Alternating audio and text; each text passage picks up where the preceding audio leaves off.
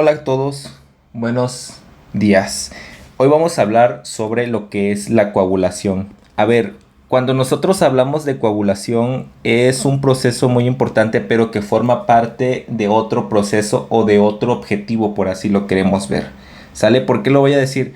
Porque la coagulación al final va a formar parte de este proceso que está aquí abajito escrito, que es la hemostasia. Solo que la coagulación como que es el proceso más complejo de todos estos. Entonces, cuando hablemos de coagulación no estamos hablando de hemostasia, porque la hemostasia tiene otros pasos igual de importantes. Entonces, vamos a empezar a hablar sobre qué componentes forman parte de la coagulación. Vamos a mencionar primero a las plaquetas. Recordemos que estos van a ser, como aquí lo menciona, factores o fragmentos, no son factores, perdón, son fragmentos celulares precisamente de los megacariocitos. Estos son producidos por lo que son la médula ósea. Y lo importante de esto es que van a tener mitocondrias, un retículo endotelial liso y gránulos de proteínas. Mitocondrias, esto nos quiere decir que va a tener una función energética, o sea, va a llevar a cabo un proceso, un retículo endotelial, un retículo endoplásmico liso, el cual significa que puede secretar sustancias y gránulos de proteína, o sea, tiene almacenadas sustancias, tiene almacenadas proteínas, las cuales tienen un objetivo que más adelante vamos a hablar. Por otra parte, la hemostasia es este proceso que mantiene a la sangre dentro de los vasos. Y cómo mencionarlo, o sea, si el día de mañana nosotros podemos decir no, pues tenemos un vaso normal, pero en este proceso resulta que este vaso fue dañado. Este daño que tiene aquí este vaso significa que se tiene que reparar. Entonces, primero tendrá que generar hemostasia y después tendrá que generar coagulación para que pueda suceder todo este proceso y al final el vaso se mantenga sano, mantenga la sangre dentro y la sangre no se pueda filtrar, ¿vale? Eso es lo que estaremos hablando en estas porciones. Borro todo esto. Y está conformada la hemostasia de 3 pasos: la vasoconstricción, el tampón plaquetario y lo que es la coagulación. Justamente como lo mencioné hace rato, no estamos hablando de coagulación solamente, sino que hablamos de hemostasia, un proceso muy complejo que forma parte de la hemostasia. Entonces, primero vamos a hablar de la vasoconstricción. En general, cuando hay o empieza a existir algún daño o alguna fuga de sangre, o simplemente los volúmenes sanguíneos van a disminuir, se va a generar diferentes sistemas, tanto locales como sistémicos, perdón, diferentes procesos, tanto locales como sistémicos, que van a ir hacia lo que es la coagulación, hacia lo que es primero la vasoconstricción. Esta vasoconstricción que estoy mencionando aquí, ¿vale? ¿Por qué es importante esta vasoconstricción? Porque la vasoconstricción va a disminuir el flujo sanguíneo que está pasando por este vaso. Entonces, esta vasoconstricción se va a dar por medio de sustancias que vasoconstrictoras, ¿vale? Estas sustancias vasoconstrictoras son muy importantes ya que tienen la capacidad de actuar con el endotelio y con las células musculares endoteliales, ¿vale? Bueno, con el músculo liso vascular. Al final, todo este proceso va a dar una respuesta en la célula muscular, además de que se puede dar un reflejo neurovegetativo vasomotor. O sea, que recordemos que hay una función que se llama vasomotilidad.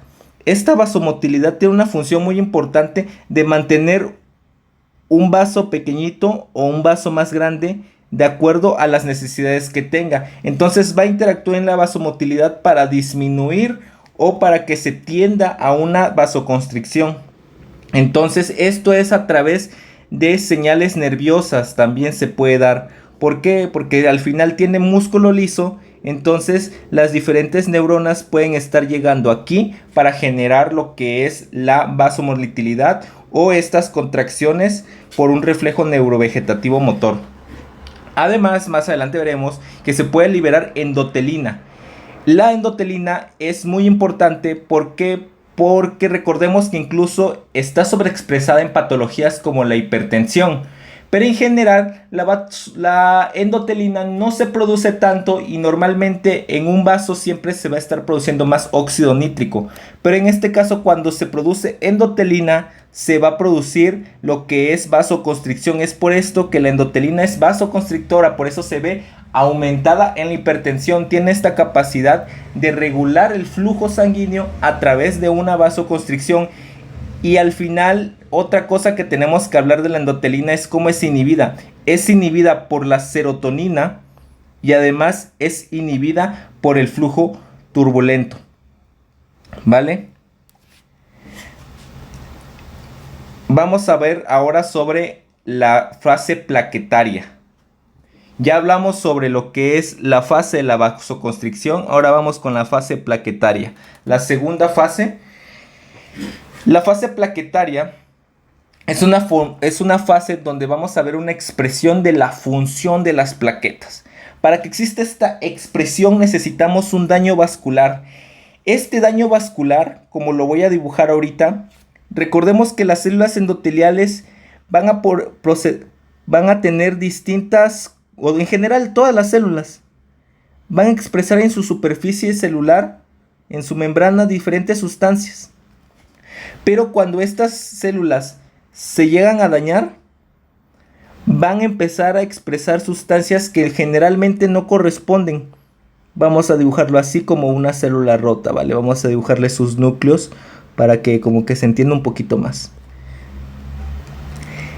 Al expresarse, estos se van a empezar a expresar sustancias que normalmente no deberían de estar expuestas. ¿Por qué? Porque dañamos una célula, la rompimos y se empiezan a expresar sustancias.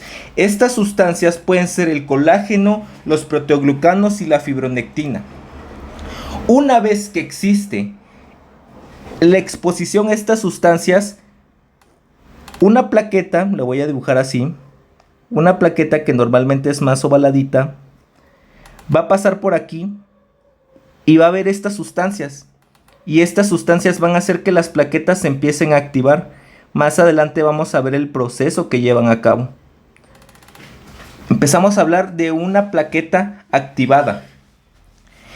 Y para toda esta fase plaquetaria se llevan a cabo diferentes fases, como puede ser la fase de adhesión, la fase de cambio en forma plaquetaria, como lo acabamos de ver en el dibujito que hice, como una plaqueta un poquito más ovaladita se convierte en una plaqueta pleomórfica que como que empieza a extender bracitos, y ahorita veremos la función de estos bracitos, ¿vale? La agregación plaquetaria y por último una fase o la agregación bifásica, como es que esta forma parte y ya después va hacia lo que es la coagulación, ¿vale?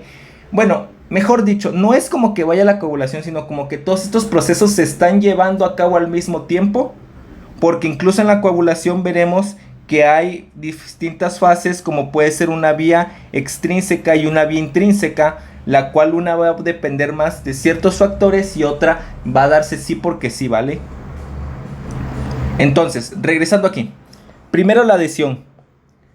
Resulta que va a haber una adhesión de las plaquetas al colágeno. Requiere integrinas como la GP1A, que es un complejo glucoproteico que se une al colágeno, y además va a requerir la GP1B, que es una glucoproteína rica en leucina.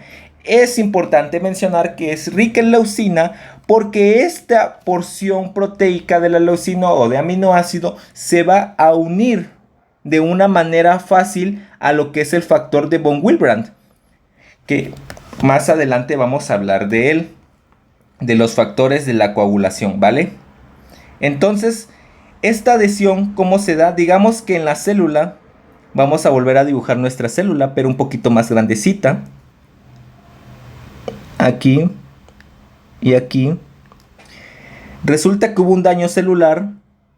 Necesitamos expresar colágeno en la superficie donde generalmente no se expresa. Entonces aquí es donde nosotros generalmente vamos a empezar a unir al complejo 1 al GP1A. Y después de eso vamos a unir al GP1B. Este complejo va a ser muy importante porque después de eso va a llegar el complejo de von Willebrand para que se pueda unir aquí y podamos tener todos estos factores, ¿no? Ya después llegaría el complejo de Böll-Weinbrand. Y así es como empezaríamos esta fase. Entonces, ¿qué sucede? Este grupo, este complejo proteico se une a lo que es el colágeno. Después el cambio de forma plaquetaria, en donde esta forma discoide que yo les estaba hablando se va a convertir en una forma esférica irregular con pseudópodos, o sea, con estos bracitos que lanza. Creo que aquí tengo otro dibujo mejor hecho. Aquí. Vean cómo en la agregación plaquetaria nosotros tenemos una plaqueta como discoide, ovalada, circular, pero va a tener una forma de cambio. ¿Por qué es importante esta forma de cambio? Porque así una plaqueta, digamos que normalmente va a quedar mucho espacio entre estas porciones, ¿no? Como lo estamos viendo aquí, o sea, va a tener una unión muy pequeña y va a quedar mucho espacio que no se puede unir. Pero con esta forma plaquetaria resulta que cada unión que se crea se está quedando o se está uniendo de la mejor manera posible, ¿vale? Y aquí es importante también porque aquí vamos a formar otro complejo como es el GP12A y el 3B, el cual estas proteínas que, por ejemplo, esta porción que estoy señalando aquí va a estar unida en esta porción de la membrana y esta porción que está aquí va a estar unida aquí. Y una vez que sea expuesta el fibrinógeno, va a poder entrelazarse para que se mantenga como si fuera unido, como si fuera un pegamento. O sea, imaginemos que juntamos los dedos de una mano con los dedos de otra mano, o sea, los juntamos así, los entrelazamos, pero para que lo una necesitamos esta unión proteica que sería a través del fibrinógeno, ¿vale? Es lo importante de esto. Ahora, regresamos un poquito más para acá, ¿vale? Una vez que se forman o se empiezan a cambiar la forma plaquetaria, va a empezar a haber una secreción de gránulos proteicos. Ya vimos que tiene una función desde el inicio de la plaqueta de mitocondrias, o sea que está llevando a cabo una función energética y además de que tiene gránulos de proteínas. Estos gránulos de proteínas son de suma importancia porque van a empezar a secretar el EDP, calcio, serotonina, fibrinógeno, el TCP y la trombina. Ahorita se me acaba de olvidar el nombre de la TCP, pero se las investigo ahorita rapidísimo, ¿vale? Y creo que es factor tromboplástico, si no mal recuerdo, pero ahorita se los investigo más a fondo. ¿Cuál es la función de estos gránulos que van a funcionar como señalizadores? Y además, recordemos que la serotonina es un importante inhibidor de lo que es la vasoconstricción, específicamente de la endotelina. Entonces, para evitar la difusión completa, para evitar la vasoconstricción completa, se va a empezar a secretar serotonina como este mecanismo de retroalimentación. ¿Por qué? Porque al inicio sí necesitamos que el vaso se mantenga vasoconstriñido para disminuir el flujo sanguíneo. Pero más adelante necesitamos que haya un aumento del flujo sanguíneo en esta porción, además un aumento de del flujo sanguíneo y de la permeabilidad para que distintos factores se vean aumentados y empiecen a llegar más células, más sangre, más plaquetas para que se pueda mejorar este proceso, ¿vale? Entonces ahí es donde empieza la función de todos estos gránulos proteicos que estaba mencionando, ¿no? Después vamos a tener a la agregación plaquetaria. La agregación plaquetaria indica la adherencia de las plaquetas activadas. Una cosa es que podamos adherir una plaqueta así y otra cosa es que al adherirse inicialmente empieza a expresar estos pseudópodos y se empieza a entrelazar, ¿vale? Imaginemos que inicialmente se unieron solo dos esferitas, pero posteriormente cambiaron de forma y así estas se empiezan a enlazar entre sí y después va a salir otra por acá que se unió en una forma discoide pero cambió de forma y ya se empieza a ver una agregación plaquetaria de muy buena calidad. Además, justo como estaba mencionando hace un momento, ¿Cómo se va a dar esta agregación? Porque vamos a tener diferentes factores o diferentes partes del complejo, como son los complejos del GP2B y GP2A, que van a ser receptores de fibrinógeno, justo como lo mencioné hace ratito. Vuelvo a bajarlo para que lo repita. Este GP2A y esta GP1B, como la vemos aquí, están encargadas de que se puedan unir al fibrinógeno, y además de esto puedan como que consolidar esta agregación plaquetaria, ¿vale? Seguimos hablando sobre lo que es. Ahora, normalmente la agregación plaquetaria llega a formar de dos fases, que es la fase, o sea, hablamos de una bifásica, una agregación que es de características bifásicas. La primera va a ser irreversible, inducida por el ADP, el colágeno, la trombina, el PAF, entre otras, que van a interactuar con sus diferentes receptores para empezar a unir grandes proteínas. Pero la secundaria, estas van a tener grandes agonistas con sus receptores, como puede ser principalmente el tromboxano 2.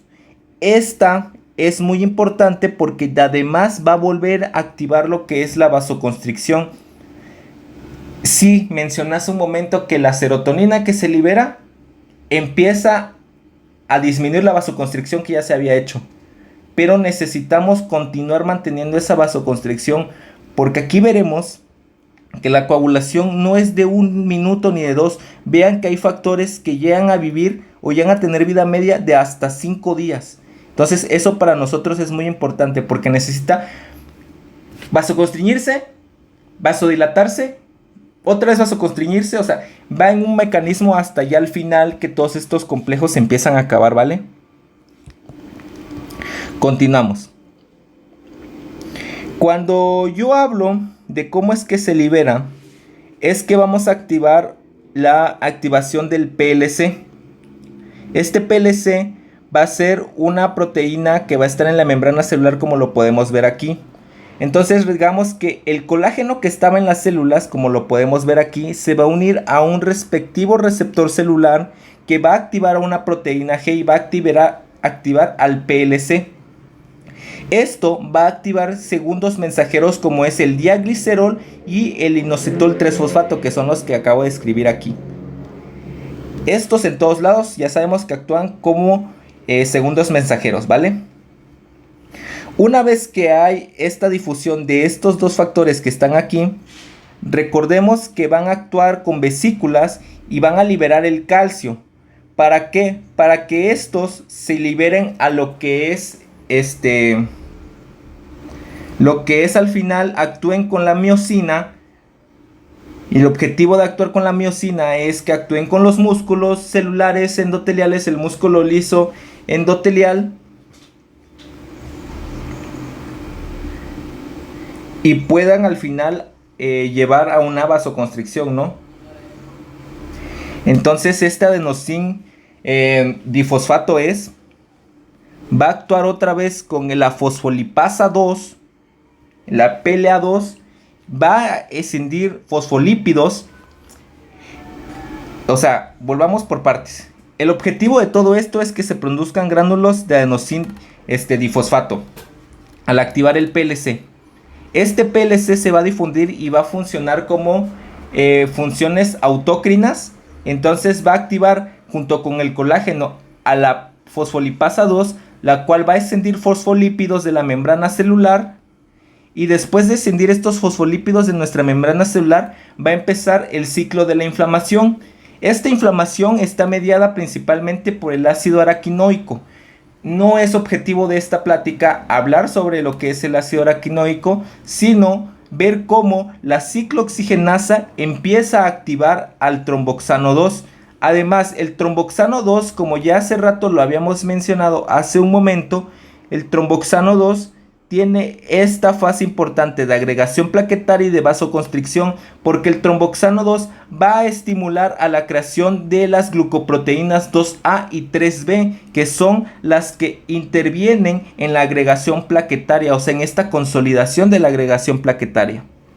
Y justamente aquí lo escribí. Se activa el PLC, manda señales mensajeras, segundos mensajeros de diaglicerol y inositol 3-fosfato. Estos al final van a formar gránulos que van a liberar adenosín trifosfato y serotonina. Y este mismo adenosín trifosfato va a hacer, así como el colágeno que ya se estaba viendo afuera y como el calcio que se liberó por el mismo PLC, por la misma señalización de segundos mensajeros del PLC, van a activar a la fosfolipasa y se va a desencadenar lo bueno de esto, o el objetivo de esto, la liberación de tromboxano. Y ya una vez que existe la liberación de tromboxano es que la agregación plaquetaria es irreversible. Justamente como lo había mencionado, el tromboxano es un agonista autócrino y parácrino que va a ayudar a la agregación o a la estimulación de la agregación plaquetaria. ¿Por qué? Porque estimula al GP2A3B. Seguimos hablando entonces. Así es como se lleva a cabo la agregación. Y ahora sí nos vamos a lo más grande. Si se dan cuenta, solo hemos hablado como de esta porción de aquí, ¿no? O sea, de todo esto de aquí nada más. De todo esto de aquí, o sea, ay, no puedo rayar que se vea. O sea, hasta ahorita solo hemos hablado de esto. Y esto realmente solo es un poquito de lo que es hasta el momento la hemostasia. Ahora sí nos vamos a la parte final, lo que consolida la hemostasia, que es la coagulación. De hecho, muchas personas que tienen enfermedades hereditarias como la hemofilia, la deficiencia genética del gen F8 o del gen F7 para codificar los factores de Böll-Weinbrand, como los podemos ver aquí. El gen F9, gen F8 también se ha visto. Gen F8, el gen F9, el gen F7, estas tres se han visto en enfermedades genéticas. Que inicialmente se puede lograr esta fase que les estoy mencionando de la coagulación, pero no se pueden lograr estas fases de la hemostasia, la vasoconstricción, el tapón plaquetario. Pero luego no tenemos las partes importantes para la coagulación, que es esto que está aquí. Entonces no se completa el proceso de hemostasia, por ende no se puede mantener la sangre dentro de los vasos, que es donde la queremos, ¿no? La coagulación, su resultado al final es la formación de un coágulo insoluble de fibrina gracias a la activación secuencial de factores plasmáticos. Estos factores plasmáticos son denominados factores de la coagulación, los cuales son enumerados del 1 al 13. Además, hay otros que están denominados como la PK, o también denominada precalicreína o factor de Fletcher, y el caninógeno o denominado factor de Fitzgerald, que son estos que estoy mencionando aquí. El 3 y el FT, que lo vamos a ver más acá, justamente aquí. Se me olvidó el nombre del FT, fíjense. Pero ahorita me acuerdo, el factor tisular se llama, factor tisular. Estos no están en el plasma. De hecho, creo que son creados en el hígado, pero se empiezan a crear rapidísimo y funcionan en una vía intrínseca. Normalmente están asignados como 1, 2, 3, 4, pero cuando se les asigna la letra A, por ejemplo, vamos a ver aquí, 10A significa que el factor ya ha sido activado. Y en general van a ser proenzimas y además van a actuar con seroproteinasas, ya que estas son las uniones moleculares donde van a interactuar, ¿vale? Es lo importante de que mencione que son serinoproteasas. Además, la vitamina K es útil para la síntesis hepática de los distintos factores, como puede ser la 2, el 7, el 9 y el 10, y el endotelial, que es el factor 8, ¿vale? O sea, muchas veces vamos a ver en patologías que cuando está disminuida la vitamina K no se puede lograr la coagulación. Estos mecanismos de la coagulación van a estar divididas en una vía intrínseca, en una vía extrínseca, y que van a activar o van a converger en la vía común que está hecha por el factor 10. A grandes rasgos, aquí está. Si lo queremos ver así, es 12, 11, 9 y 10. Uy, le voy a poner con rojito.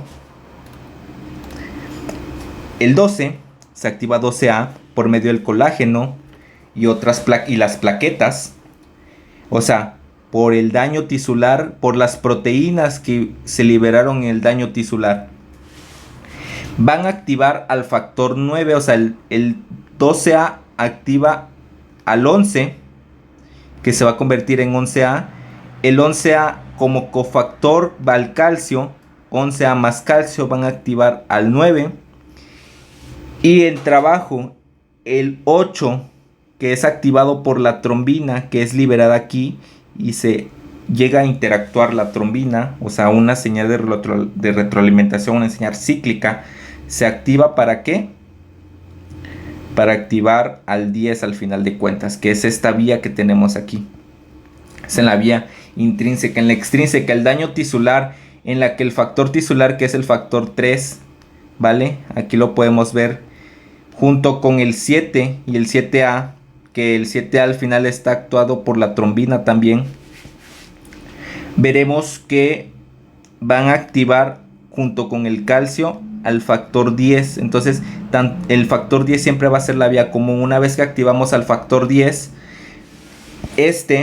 junto con la trombina que se liberó desde aquí, y que la trombina también interactúa con el factor 5, entonces el 10 más el 5 más el calcio van a interactuar con la protrombina o el factor 2 para actuar con la trombina, ya, o sea, protrombina a trombina o 2A, y va a activar al fibrinógeno, que es el 1 o 1A, ¿vale? Posteriormente, esta fibrina es una fibrina inestable, una fibrina frágil. Se va a agregar por el misma acción de la trombina un factor estabilizador, que es el factor 8. El factor 13, perdón, el factor 13 se va a activar junto con el calcio va a formar junto con el calcio un complejo para obtener una malla estable de fibrina. Continuamos. La vía intrínseca se va a iniciar cuando la sangre entra en contacto con moléculas trombógenas del subendotelio. Esto va a activar al SPAC, o sistema plasmático activado por contacto, formado por todos estos factores que está aquí: el factor 12, la precalicreína, HMWK, que se me olvidó el nombre, a ver si lo había anotado por aquí, que creo que es el caninógeno, y por el factor 11. Todos los factores aquí están señalados por proteínas, ¿vale? Todos están señalados por proteínas, por el color azul. Entonces, una vez que existe el daño, como lo podemos ver aquí, que existe el daño, este daño va a activar por medio del colágeno. O sea, este daño está dado por moléculas que señalizan como el colágeno y las plaquetas, ¿vale? Este colágeno y las plaquetas van a activar el factor 12A. El factor 12A, además de todo eso, va a activar a la precalicreína para formar calicreína, y esta a su vez va a activar al caninógeno, ¿vale? Además, ¿qué sucede aquí? Que la calicreína tiene otra vez la capacidad de activar al factor 2, entonces se van autoactivando. Por eso es importante mencionar que pues tienen como que esta función cíclica, ¿vale? Por eso mencionamos que cuando en los primeros capítulos del Gaito, que la hemostasia puede llevar a una retroalimentación positiva. Y sí, si nosotros tenemos coagulación en exceso, podemos matarnos, podemos morirnos, ¿vale?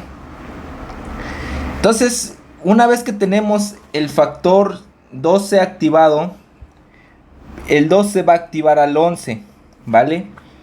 El 11 activado también, o el 11 también puede ser activado por el caninógeno, ¿vale? Y además de esto, es que una vez que activamos el 12, como está aquí, junto con el calcio va a activar al factor 9. Y ya el factor 9 es el que va a interactuar con el factor 8, que es activado por la trombina, para generar lo que es al factor o activar al factor 10, que es esto que estamos viendo aquí, ¿vale? Ahora, ¿qué vamos a mencionar por acá? Un poquito cansado, sí. Como vemos aquí hay una palabra muy importante que es activación recíproca. ¿Por qué? Iniciamos aquí. Hubo un daño, entonces el factor 12 o 12A o 12 activado, el 12 activado va a actuar con el caninógeno para escindir a la precalicreína y se convierta en calicreína. Y esta calicreína va a interactuar otra vez con el factor 12 para que se pueda activar. Además, ¿qué estamos viendo aquí? Aquí estamos viendo guiones, no, son negativos. Y aquí estamos viendo más, no, son positivos. O sea, son la electronegatividad que hay. Entonces, uniones eléctricas van a interactuar para la adhesión celular también.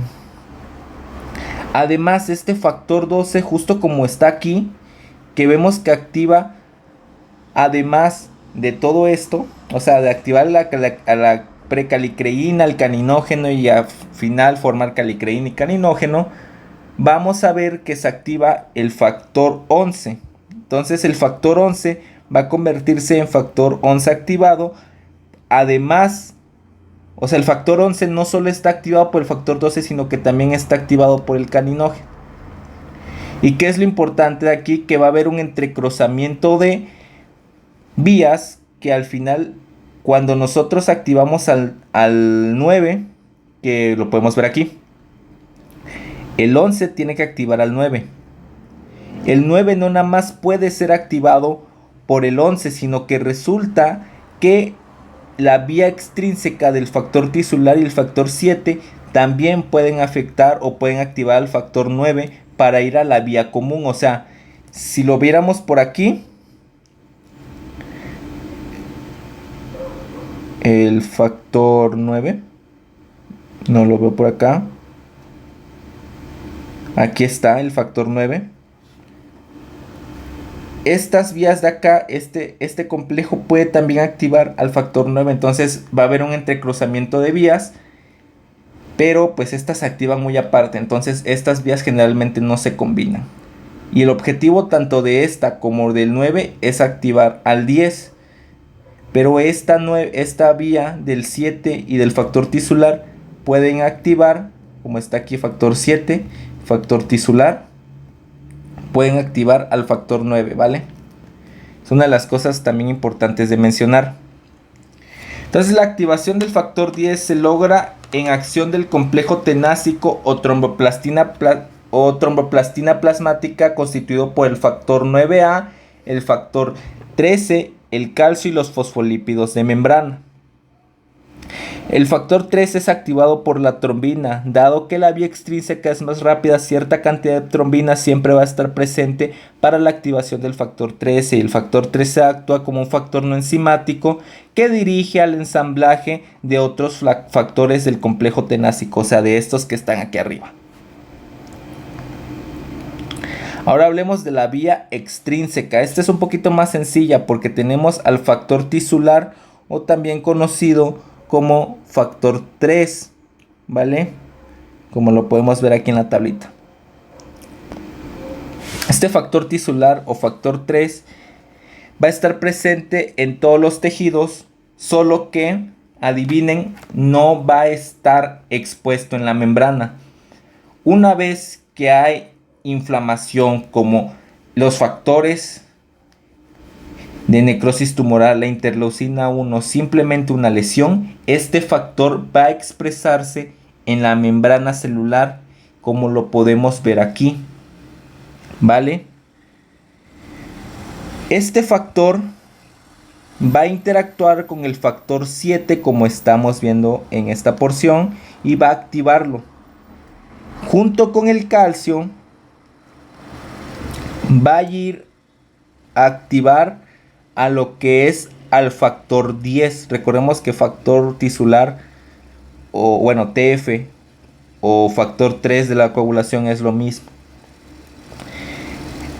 Entonces el factor tisular se enlaza específicamente con el factor 7. El factor 7 no tiene actividad enzimática, pero tiene la capacidad de formar un complejo que va a ser factor tisular, factor 7 y calcio, los cuales van a tener una actividad enzimática, o sea, estos tres que estamos viendo aquí, de activar al factor 10.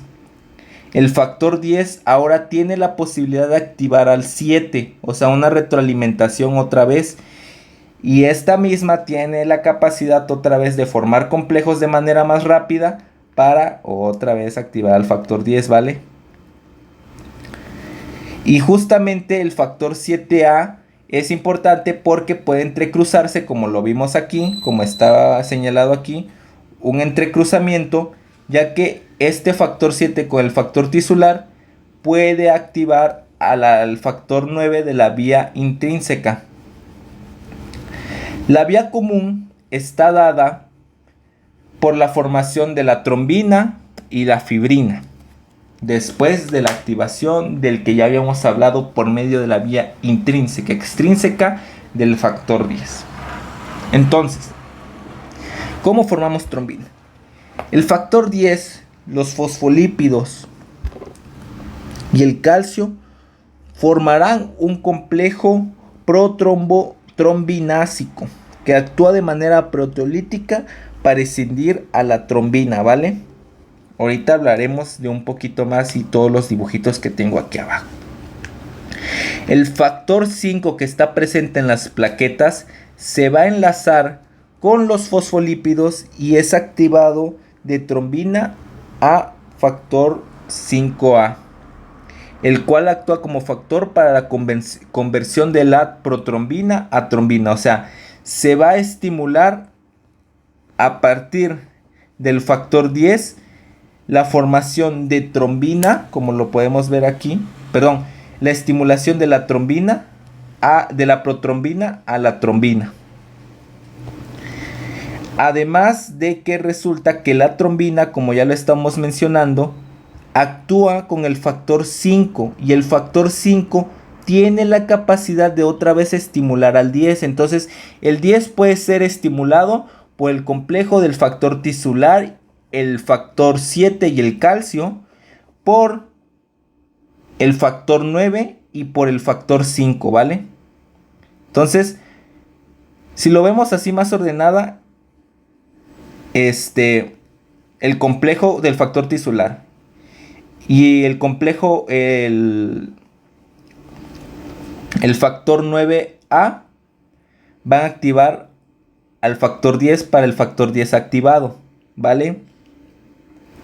Este factor 10 activado tiene la capacidad de generar protrombina a trombina.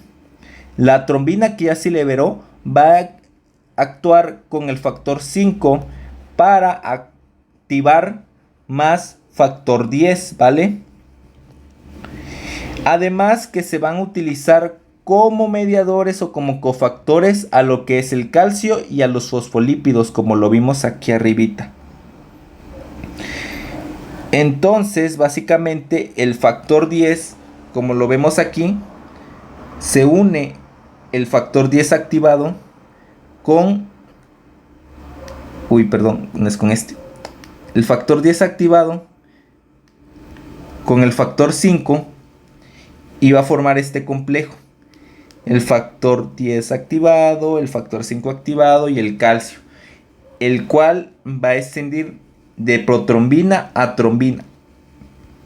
La trombina tiene la capacidad de escindir al fibrinógeno a fibrina, que es el factor 1. Y además recordemos que hace ratito les decíamos que la fibrina en general es una malla frágil, ¿vale? Pero si nosotros agregamos que la trombina tiene, además de activar a la fibrina, activar al factor 13, o sea, el 13A se va a unir aquí para que esta malla sea una malla más fortalecida, una malla estable de fibrina, entonces al final sea una fibrina entrecruzada de calidad, ¿no? ¿Qué es la fibrina? La trombina va a tener una porción proteolítica que va a unirse al fibrinógeno para formar fibrina, ¿vale? Justamente vimos también que la trombina que se forma al final, porque llegó primero la vía intrínseca, o sea, primero llegó esta porción de aquí, que al final dio en trombina, y la trombina también puede llegar a interactuar acá, justo como lo habíamos visto hace ratito, aquí, ¿no? La trombina puede interactuar con el factor 13 y con el factor 12. ¿Por qué? Porque se llega más rápido en esta vía. Después vamos a mencionar sobre la fibrina, que se forma a partir de fibrinógeno, que es este complejo súper grande. Y la fibrina va a tener una porción donde están como que entrelazadas todas las cadenas, las cuales va a ser escindida por la trombina. Resulta que al principio estas van a tener unas secuencias polipeptídicas sobresalientes que le van a dar una carga eléctrica que va a mantener repulsivas unas de otras a las moléculas de fibrinógeno, entonces no se van a unir. Pero cuando va a haber una escisión de la trombina para producir fibrinógeno a fibrina, se van a generar 4 fibrinopéptidos sin cargas negativas. Estos que están aquí, 1, 2, 3, 4, ¿vale? Estos fibrinopéptidos van a interactuar con enlaces no covalentes por medio de puentes de hidrógeno y fuerzas de Van der Waals. Va a existir un proceso denominado polimerización, en la que se forma un coágulo mórbido frágil no estable. Pero recordemos que lo importante de esto es que estas fuerzas de Van der Waals, esta polimerización, se va a dar a través del factor 13 activado, que es activado por la trombina. Este va a volver insoluble al coágulo, ya que va a formar enlaces peptídicos entre los monómeros de fibrina. ¿Qué es lo que quiero decir? Ya se formó fibrina, como lo podemos ver aquí. De fibrinógeno a trombina ya se formó fibrina. Se forma fibrina. Fibrina, pero es soluble, es frágil, es un coágulo frágil. Pero con la combinación del factor 3 activado, que fue activado por la trombina, que fue activado la trombina de protrombina a trombina por el factor 10, así lo podemos recordar, va a estabilizar al coágulo para esta polimerización de los péptidos de fibrina, ¿vale? O sea, estos péptidos de fibrina se van a polimerizar para que se puedan unir, ¿vale? Entonces digamos que se pueden unir. Entonces se pueden unir así y al final van a interactuar con el factor 13 activado. Entonces, ya cuando juntamos todas las vías, pues vemos que sí es un poquito más complejo de lo que pensamos. La hemostasia, entonces, en resultado tiene 3 procesos: vasoconstricción, una fase plaquetaria y una fase de la coagulación. Así por memoria empezamos a mencionarlo. El 13 activa el 13A. El 13A va a activar al 9A, al 11A, el 11A al 7, al 9. El 9 va a activar al 8. El 8 y el 9 van a activar al factor 10. Eso en la vía extrínseca. En la vía intrínseca, los fosfolípidos, el calcio, el factor 7 y el factor tisular van a formar un complejo que pueden activar al factor 10 y que además el factor 7A puede entrecruzarse para activar al al 9A. O sea, no importa si no existe el factor 7A, al final siempre se puede activar el 9 por el 11. Pero el 7A va a apoyar más rápido a la activación del 9. Una vez que se activa el 10 va a generar va a causar trombina, protrombina a trombina. La trombina, además de activar al fibrinógeno, va a interactuar con el factor 5 para hacerlo 5A, que también puede interactuar con el 10, y que la trombina puede interactuar, como lo habíamos visto aquí, con el factor 12 y 11 y con el factor 8, ¿vale? Entonces esta trombina que está aquí puede interactuar con este factor que estoy señalando. Lo voy a dibujar un poquito de otro color. Con este factor que está aquí y con estos factores que están acá, ¿vale?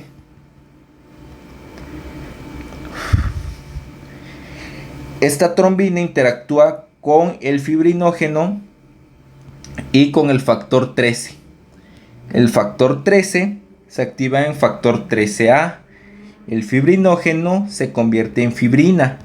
El factor 13 que fue activado por la trombina y la fibrina que también fue activado por la trombina van a interactuar para formar un coágulo no soluble y que no sea frágil. Pero eso está padre y decimos, ok, solito se modula. No.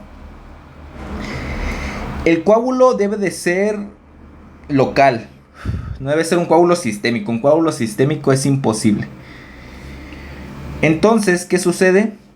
El mismo flujo sanguíneo va a permitir que se diluyan factores y que estos sean removidos de la zona. El hígado y el sistema fagocítico mononuclear, como lo estoy mencionando aquí en lo que ya tengo escrito, van a interactuar, ¿vale? Van a interactuar proteasas activas, como puede ser la antitrombina 3, sintetizada en el hígado, el factor heparínico que va a inhibir a la trombina, o sea, va a inhibir al último, casi al último factor, o al penúltimo, de la cascada de la coagulación, ¿vale?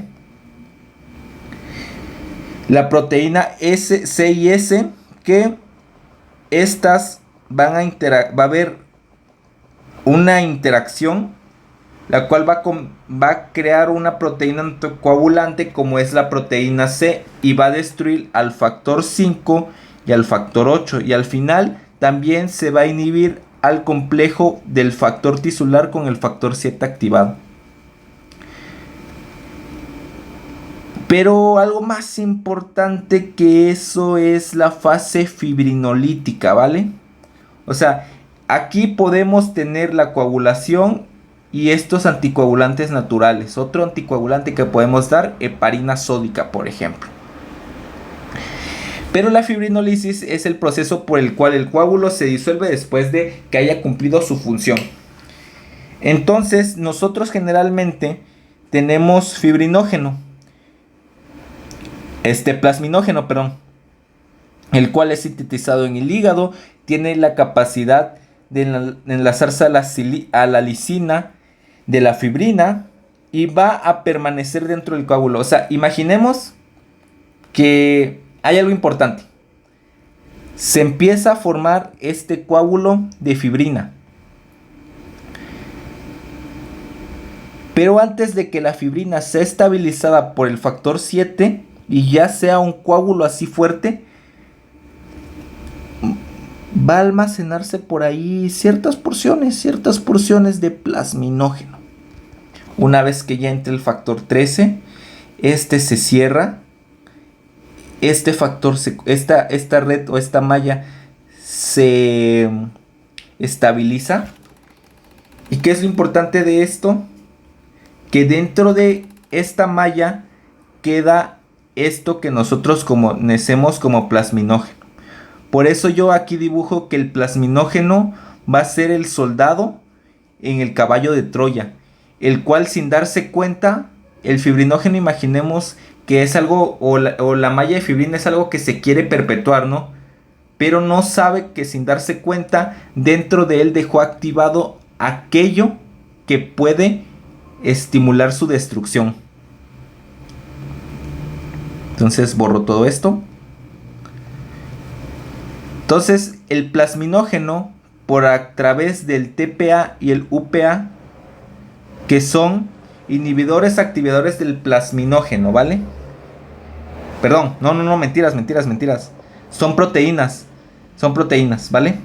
Aquí que puse, porque resulta que puede haber inhibidores que pueden activar o hay sustancias que inhiben a estas dos, al TPA y al UPA. Estas proteínas van a interactuar para generar plasmina. Esta plasmina degrada el fibrinógeno a fibrina. ¿Cómo? Porque el fibrinógeno va a tener porciones de lisina. Vamos a dibujarlo así como que si estuviera unido. El cual justamente aquí es donde puede interactuar la plasmina. Entonces va a formar productos de la degradación de fibrina.